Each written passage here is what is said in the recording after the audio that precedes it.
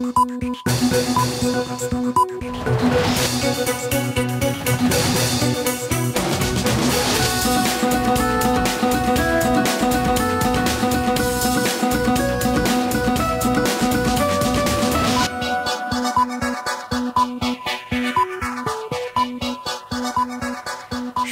স্বাগত দুপুরের মাছরাঙা সংবাদে। আপনাদের সঙ্গে আছেন ফারহানা পারভিন। শুরুতে জানিয়ে দিচ্ছে গার্ডেন লাইফ ইন্স্যুরেন্স সংবাদ শিরোনাম।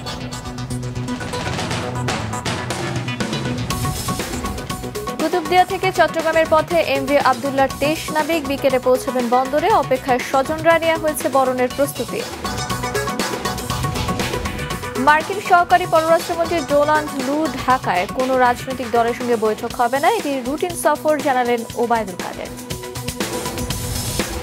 টি-20 বিশ্বকাপের জন্য 15 সদস্যের বাংলাদেশ দল ঘোষণা। অনিশ্চয়তা কাটিয়ে সহ অধিনায়ক হয়ে ফিরলেন তাসকিন বাদ সাইফুদ্দিন। এবার বিস্তারিত সংবাদ। জলদস্যুর কবল থেকে মুক্ত হওয়া জাহাজ এমভি আবদুল্লাহর 23 নাবিক চট্টগ্রামের পথে রয়েছেন। বিকেল নাগাদ তারা চট্টগ্রাম পৌঁছাবেন। তাদের অপেক্ষায় রয়েছেন স্বজনরা। জাহাজটি নোঙর করা রয়েছে কুতুবদিয়ায়। কক্সবাজার থেকে সুনীল বড়ুয়ার সহযোগিতায় আবদুল্লাহ রাকিবের রিপোর্ট। অবশেষে দেশে ফিরলেন সোমালি জলদস্যুদের কবল থেকে মুক্ত বাংলাদেশি জাহাজ এমভি আবদুল্লাহর 23 নাবিক। বিকালে চট্টগ্রাম বন্দরে পৌঁছাবে তাদের বহনকারী লাইটার জাহাজ জাহানমণি 3। গতকাল সন্ধ্যায় কুতুবদিয়ায় নোঙর করে এমভি আবদুল্লাহ। 13 মে সন্ধে 6টায় কুতুবদিয়ার উপকূলে আমরা নোঙর করেছি। জাহাজের সকল অফিসার ক্রু সুস্থ আছেন, ভালো আছেন। জাহাজে থাকা কিছু মালামাল খালাস করতে সেখানে কয়েকদিন সময় লাগবে। তবে 23 নাবিকদের সে পর্যন্ত অপেক্ষা না করিয়ে নিয়ে আসা হচ্ছে চট্টগ্রামে। গতকালই তাদের আনতে কুতুবদিয়ায় যায় জাহানমণি 3। এরই মধ্যে নাবিকদের নিয়ে চট্টগ্রামের উদ্দেশ্যে রওনা দিয়েছে জাহাজটি। বিকেলে চট্টগ্রাম বন্দরের এনসিটি 1 জেটিতে তাদেরকে বহনকারী জাহাজটি ভিড়তে পারে, এই জন্য নেওয়া হয়েছে সব ধরনের প্রস্তুতি। বাংলাদেশের মানুষ দীর্ঘদিন যাবৎ অপেক্ষায় আছে আমাদের এই এমভি আবদুল্লাহর আটককৃত আমাদের যে নাবিকগুলোর জন্য। ইনশাল্লাহ সে অপেক্ষার অবসান হচ্ছে। আর ওদেরকে রিসিভ করার জন্য যত ধরনের যাবতীয় প্রস্তুতি আমাদের কোম্পানি KSRM অলরেডি এটা গ্রহণ করেছে। নাবিকদের কাছে পেতে নিকটজনরাও উদ্গ্রীব। দেশবাসী, কবির গ্রুপ সবাই আনন্দিত না। ওনাদের মানে জাহাজ মুক্তি পাইছে, ওনাদের নাবিকরা মুক্তি পাইছে, ওনারা যথেষ্ট করছেন না, অনেক খুশি না। সবাই দেশবাসী পর্যন্ত খুশি, আত্মীয় স্বজনরা খুশিতে মানে আনন্দ আত্মহারা হয়ে ওরা মানে শুধু আমাদের প্রতিদিন নিয়ত ফোন করে জিজ্ঞেস করতে কবে আসতেছে। আমরা মানে ওরা খবর পাচ্ছে আসতেছে, এটাকে সত্যি আমরা দেখতে যাব, এক নজর আতিককে দেখতে যাব। গত 12ই মার্চ সোমালিয়া উপকূল থেকে 600 নটিক্যাল মাইল দূরে জাহাজটি সোমালিয়ান জলদস্যুদের কবলে পড়ে। জিম্মি হয় 23 নাবিক। পরে 32 দিন পর মুক্তি পায় তারা। অবশেষে প্রায় 62 দিন পর চট্টগ্রামে ফিরছে তারা। আবদুল্লাহ রাকিব, মাছরাঙা সংবাদ, চট্টগ্রাম। দর্শক, এ নিয়ে বিস্তারিত জানাতে চট্টগ্রাম বন্দর থেকে সরাসরি যোগ দিচ্ছেন আমাদের স্টাফ রিপোর্টার নাজমুল সাদিকি। নাজমুল, আপনার কাছে জানতে চাই যে কয়টা নাগাদ পৌঁছাবে আর বরণের প্রস্তুতি কেমন দেখতে পাচ্ছেন আপনি?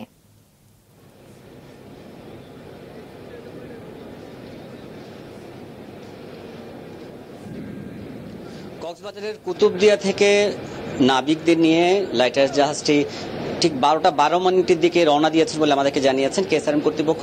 এবং সেখান থেকে এই চট্টগ্রাম বন্দরের পর্যন্ত আসতে 4 ঘন্টার মতো সময় লাগে। সেই হিসেব করে 4টা নাগাদ ধরেছেন যে এই সময়ের মধ্যে এসে পৌঁছাতে পারেন। আমাদেরকে বন্দর কর্তৃপক্ষ এটি জানিয়েছেন, KSRM কর্তৃপক্ষ জানিয়েছেন। তবে যেহেতু কর্ণফুলী জোয়ার ভাটা নদী হয়তো কিছুটা সময় এদিক সেদিক হতে পারে, তবে 4টাকেই আসলে নির্ধারিত সময় হিসেবে ধরেছেন যে এর মধ্যে আসতে পারে। এছাড়া যেহেতু নাবিকরা আসবেন, জিম্মিদার থেকে মুক্তি পেয়েছেন, এ নিয়ে অনেক আগ্রহ রয়েছে। কালকে পর্যন্ত KSRM কর্তৃপক্ষ আমাদেরকে যদিও জানিয়েছিলেন যে এখানে খুব বেশি আনুষ্ঠানিকতা হবে না, তাদের নিজস্ব দেখাই আপনাদেরকে যে কিছুটা ডান পাশ দিকে রয়েছে সেই জায়গাটিতে একটু আয়োজন করেছে ছোট্ট করে তারা একটা তাঁবু করেছে এবং সংবর্ধনা আয়োজন করেছে। বন্দর কর্তৃপক্ষ যেটি জানিয়েছে, যেহেতু নাবিকরা অনেকদিন পর আসলে ট্রমাটাইজড অবস্থায় থাকতে পারেন, তাদেরকে চিয়ার আপ করার জন্য তারা একটা আনুষ্ঠানিকতা করতে চান এবং সেটাই তারা করছেন। ছোট্ট করে আনুষ্ঠানিকতা তারা বলছেন, তবে আমরা কিন্তু ছোট্ট দেখছি না, আয়োজন সবকিছুই রয়ে গেছে। চেয়ার হতে শুরু করে আনুষ্ঠানিকতা, মাইক্রোফোন, সাউন্ড সবগুলো নিয়ে এসেছে এবং তারা দেখিয়ে রাখতে চাইছেন, সবগুলো চেক করছেন এই মুহূর্তে এসে। কিন্তু যাদেরকে নিয়ে আয়োজন তাদের স্বজনরা এখনো আসেন, যেহেতু 4টা বাজে সময়, তারপরে হয়তো এখন যেহেতু প্রচন্ড রোদ, সে কারণে আসলে এই সময় যাতে তাদেরকে নিয়ে আসা হয়নি। তবে আমরা দেখতে পাচ্ছি যে শেষ মুহূর্তে যে প্রস্তুতি নাবিকদের বরণ করার জন্য সেটি সর্বোচ্চ পর্যায়ে রয়েছে এখনো। নাজমুল, ধন্যবাদ আপনাকে। দর্শক, চট্টগ্রাম বন্দর থেকে মুক্ত 23 নাবিকের বরণের প্রস্তুতির খবর জানাচ্ছিলেন নাজমুল সাদেকে। 3 দিনের সফরে যুক্তরাষ্ট্রের দক্ষিণ ও মধ্য এশিয়া বিষয়ক সহকারী পররাষ্ট্রমন্ত্রী ডোনাল্ড লু ঢাকায় এসেছেন। সকালে হযরত শাহজালাল আন্তর্জাতিক বিমানবন্দরে পৌঁছলে তাকে পররাষ্ট্র মন্ত্রণালয়ের পক্ষ থেকে স্বাগত জানানো হয়। ডোনাল্ড লুর ঢাকা সফরে 2 দেশের মধ্যে বাণিজ্য, বিনিয়োগ, নিরাপত্তা, প্রতিরক্ষা, জলবায়ু পরিবর্তন, নাগরিক অধিকার সহ বিভিন্ন বিষয়ে আলোচনা প্রাধান্য পাবে। এছাড়া তিনি সরকারি এবং বেসরকারি নানা পর্যায়ে বৈঠক করবেন। চলতি বছর 7 জানুয়ারি নির্বাচনের পর আওয়ামী লীগের নেতৃত্বে নতুন সরকার ক্ষমতায় আসার পর ডোনাল্ড লুর এটি প্রথম ঢাকা সফর। বাংলাদেশ সফরে এবার রাজনৈতিক দলগুলোর সঙ্গে বৈঠকে বসবে না যুক্তরাষ্ট্রের দক্ষিণ ও মধ্য এশিয়া বিষয়ক সহকারী পররাষ্ট্রমন্ত্রী ডোনাল্ড লু। মার্কিন পররাষ্ট্র দপ্তরের নিয়মিত প্রেস ব্রিফিংয়ে কথা জানান মুখপাত্র Vedanta Patel. Secretary Liu is on a swing through a number of South Asian countries, specifically India, Sri Lanka, and Bangladesh. He is there to strengthen bilateral cooperation with each country and to demonstrate U.S. support for a free, open, and prosperous Indo-Pacific region. In Bangladesh, he will meet with government officials, civil society leaders, and other Bangladeshis to talk about deepening our U.S.-Bangladeshi cooperation, including deepening our economic ties and ways that we can collaborate further to address climate issues. মার্কিন সহকারী পররাষ্ট্রমন্ত্রী তাদের agenda বাস্তবায়নে দেশে এসেছেন। এটি তাদের routine সফর, তাকে আমন্ত্রণ জানানো হয়নি বলে জানিয়েছেন সড়ক পরিবহন ও সেতুমন্ত্রী ওবায়দুল কাদের। সকালে সচিবালয়ের সমসাময়িক বিষয় নিয়ে সাংবাদিকদের সঙ্গে মতবিনিময়ে তিনি বলেন, মার্কিন সহকারী পররাষ্ট্রমন্ত্রীকে নিয়ে এত মাতামাতি করারও কিছু নেই। সরকার নিষেধাজ্ঞার পরোয়া করে না, তবে বিএনপি তলে তলে তাদের সঙ্গে কি আতাত করে সেটি বলা মুশকিল। দলটির ভারত বিরোধী আন্দোলনকে ব্যর্থ চেষ্টা এবং উদ্ভট চিন্তা মন্তব্য করে তিনি বলেন, বিএনপি এখন সব হারিয়ে কল্পনার জগতে বাঁচতে চায়। একটা দেশের তিনি পররাষ্ট্রমন্ত্রীও না, একজন সহকারী পররাষ্ট্রমন্ত্রী, তাকে নিয়ে বাংলাদেশে তো মাতামতি করবে। তার প্রয়োজনে সে আসছে, তাদের এজেন্ডা আছে, সম্পর্কের বিভিন্ন বিষয় নিয়ে আলাপ আলোচনা থাকে, তো সেটা তারা করতে আসছে। আমরা দাওয়াত করে কাউকে আনছি। স্যাংশন, ভিসা নীতি, এগুলো আমরা কেয়ার করি। বললাম কেয়ার করি না। এক সপ্তাহ পর আবার বাড়ছে গরম। এরই মধ্যে টাঙ্গাইল, যশোর, পাবনা, নীলফামারী, রাঙামাটি, ফেনী এবং রাজশাহী জেলার উপর দিয়ে তাপপ্রবাহ বয়ে যাচ্ছে। অবস্থা আরও কয়েকদিন থাকতে পারে বলে জানিয়েছে আবহাওয়া অধিদপ্তর। সকাল 9টা থেকে পরবর্তী 72 ঘন্টা আবহাওয়া পূর্বাভাসে বলা হয়, অস্থায়ীভাবে আংশিক মেঘলা আকাশ সহ সারা দেশের আবহাওয়া শুষ্ক থাকতে পারে। আগামী কয়েকদিন দিনের তাপমাত্রা 1 থেকে 2 ডিগ্রি সেলসিয়াস বাড়তে পারে এবং রাতের তাপমাত্রা সামান্য বৃদ্ধি পেতে পারে। তবে গেল মাসের মতো তীব্র তাপপ্রবাহ ফিরে আসার সম্ভাবনা নেই। 19 মের পর সারা দেশে বৃষ্টির সম্ভাবনা রয়েছে বলে জানিয়েছে আবহাওয়া অফিস। তারা জানায় 22 মে থেকে বঙ্গোপসাগরে লঘুচাপ সৃষ্টির সম্ভাবনা রয়েছে। লঘুচাপ তৈরি হলে তাপমাত্রা একটু বাড়তে পারে। অল্প কয়েকদিনের জন্য বৃষ্টিপাতের প্রবণতা বাংলাদেশ থেকে আস্তে আস্তে কমে যাবে এবং এই সময়ের মধ্যে তাপমাত্রা কিছুটা বেড়ে যাওয়ার সম্ভাবনা আছে। আর তাপমাত্রা বেড়ে গেলে মৃদু থেকে মাঝারি ধরনের যে তাপপ্রবাহ, সেই তাপপ্রবাহ হওয়ার সম্ভাবনা আছে দেশের কোথাও কোথাও। তবে গত এপ্রিল মাসে যে বড় ধরনের তাপপ্রবাহ ছিল, আমরা এই ধরনের আপাতত কোনো তাপপ্রবাহের আশঙ্কা করছি না। কোনো কারণ ছাড়াই বাড়ছে নিত্যপণ্যের দাম। বিশেষ করে মুরগি এবং ডিম বাজারে চলছে অস্থিরতা। সে সঙ্গে কোরবানির ঈদকে কেন্দ্র করে বেড়েছে নানা ধরনের মশলার দাম। দর্শক, নিত্যপণ্যের দাম নিয়ে বিস্তারিত জানাতে রাজধানীর কারওয়ান বাজার থেকে সরাসরি যোগ দিচ্ছেন আমাদের স্টাফ রিপোর্টার দাউদ হাসান। দাউদ, আপনার কাছে জানতে চাই যে পণ্যের দাম বৃদ্ধি নিয়ে ব্যবসায়ীরা কি বলছেন?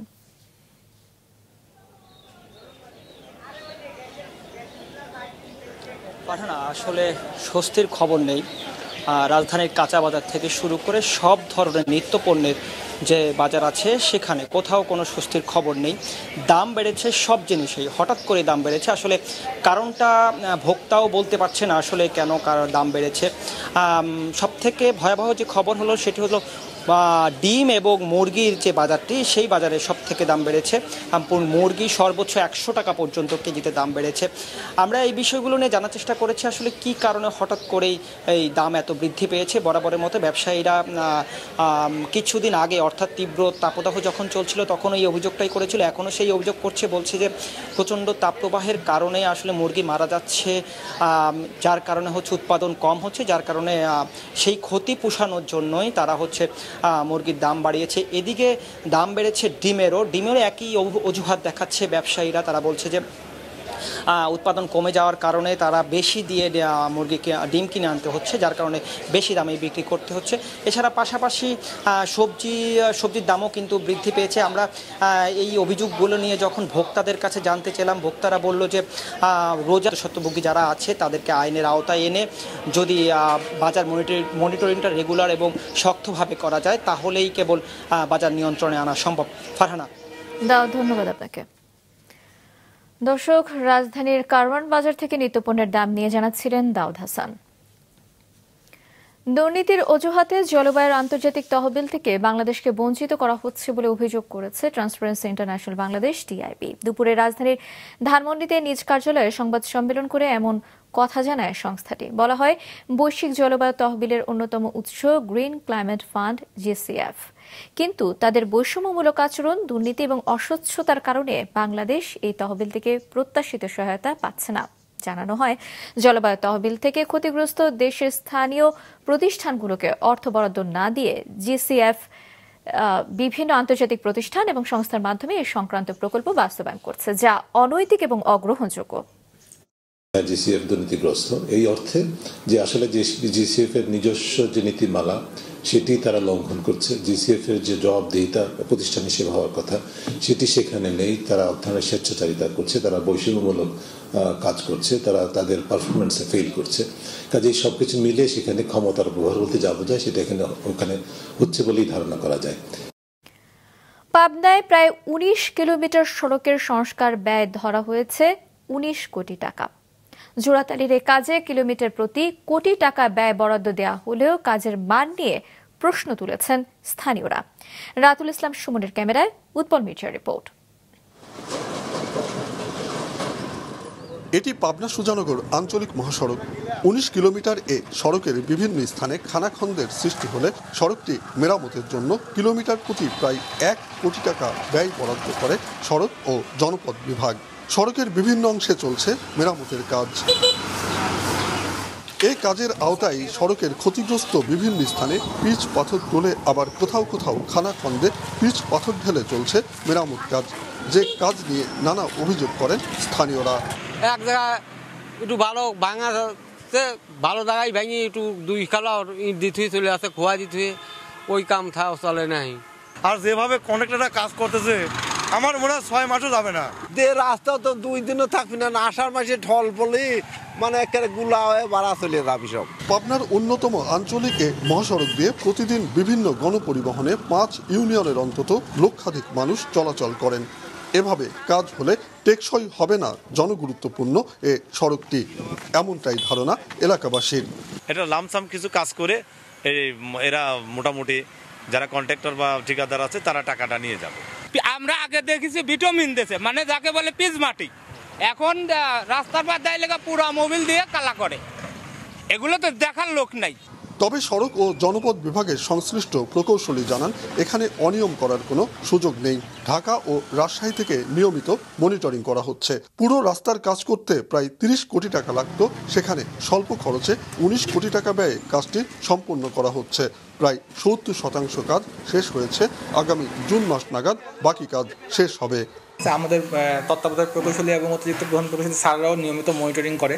আমাদের ঢাকা থেকে একটা মনিটরিং টিম আছে, তারা মনিটরিং করে। অল্প খরচের দিকটা বিবেচনায় নিয়েই কিন্তু পুরো রাস্তাটাকে তাহলে কিন্তু আপনি যদি আমি পুরো রাস্তাটাই এখন ওই বাইন্ডার ধরি বা ইয়ে করি, তাহলে এটা 30 কোটি টাকা লাগবে। যেটা আমি 19 কোটি টাকায় করতেছি, ঠিক আছে। তো এই বিষয়গুলো আমাদের থাকে যে আপাতত আমরা হয়তো আগামী আরও 1-2 বছর 3 বছর এটা দিয়ে চলতে পারবো কিনা। পাবনা সড়ক বিভাগের দেওয়া তথ্য অনুসারে এ কাজের আওতায় পাবনা সুজানগর সড়কের 3 কিলোমিটার সড়ক পূর্ণাঙ্গ পাকাকরণ, মাঝে 16 কিলোমিটার সড়কের মেরামত, এ সড়কের সংযুক্ত আরও 3 কিলোমিটার সড়কের আংশিক মেরামত এবং 1 কিলোমিটার ঢালাই সড়ক তৈরি করা হচ্ছে। উৎপল মির্জা, মাছরাঙ্গা সংবাদ, পাবনা। পদ্মা নদীর বাম তীর সংরক্ষণ প্রকল্পের কাজ শেষ না হওয়ায় আবারও ভাঙন আতঙ্ক ছড়িয়ে পড়েছে চাঁপাইনবাবগঞ্জের চরবাগডাঙ্গা এবং শাহজাহানপুর এলাকার বাসিন্দাদের মাঝে। মেয়াদ 1 বছর বাড়ানোর পরও শেষ হয়নি কাজ, নতুন করে সময় বাড়ানোর আবেদন করা হয়েছে। চাঁপাইনবাবগঞ্জের প্রতিনিধি ডাব্লিউ কুমার ঘোষের পাঠানো তথ্য এবং চিত্রে ডেস্ক রিপোর্ট। চাঁপাইনবাবগঞ্জের সদর উপজেলার চরবাগডাঙ্গা ও শাহজাহানপুর এলাকায় চলছে পদ্মা নদীর বাম তীর সংরক্ষণ প্রকল্পের কাজ। 2020-21 অর্থ বছরে শুরু হওয়া প্রকল্পের কাজ শেষ হওয়ার কথা ছিল 2023 সালের জুনে, কিন্তু এ পর্যন্ত হয়েছে মাত্র 60 ভাগ। তাই দ্বিতীয় দফায় সময় বাড়ানোর প্রস্তাব পাঠিয়েছে ঠিকাদারি প্রতিষ্ঠান। এবার বর্ষা মৌসুমে অতিবৃষ্টি ও বন্যার পূর্বাভাস দিয়েছে আবহাওয়াবিদরা। তীর সংরক্ষণ কাজ শেষ না হওয়ায় ভাঙন আতঙ্কে দুশ্চিন্তায় দিন কাটছে পদ্মাপাড়ের বাসিন্দাদের।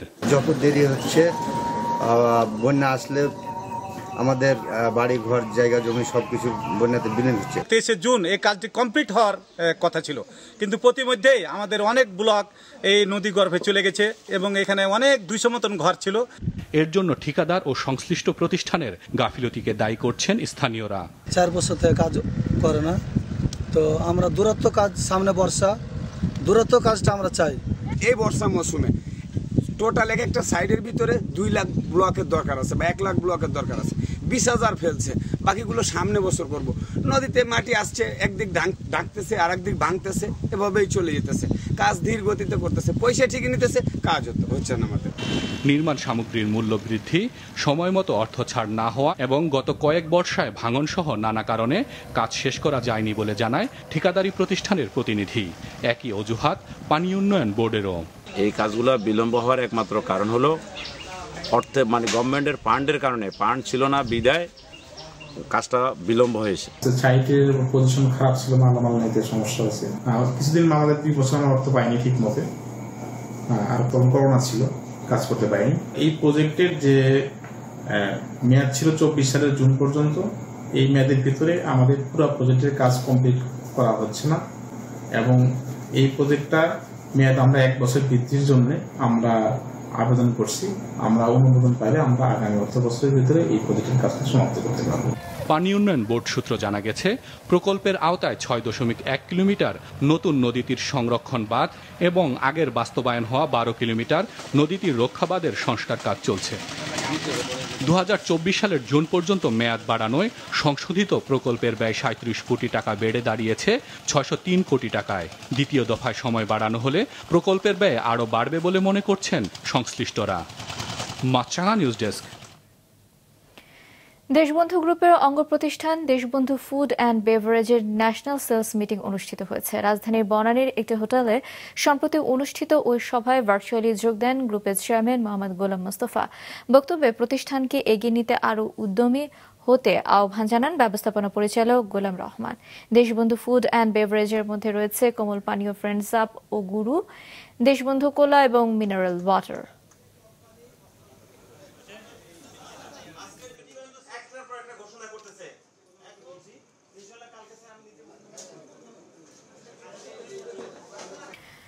দুপুরের সংবাদ শেষ করছি, যাবার আগে গার্ডিয়ান লাইফ ইন্স্যুরেন্স সংবাদ শিরোনামগুলো আরো একবার।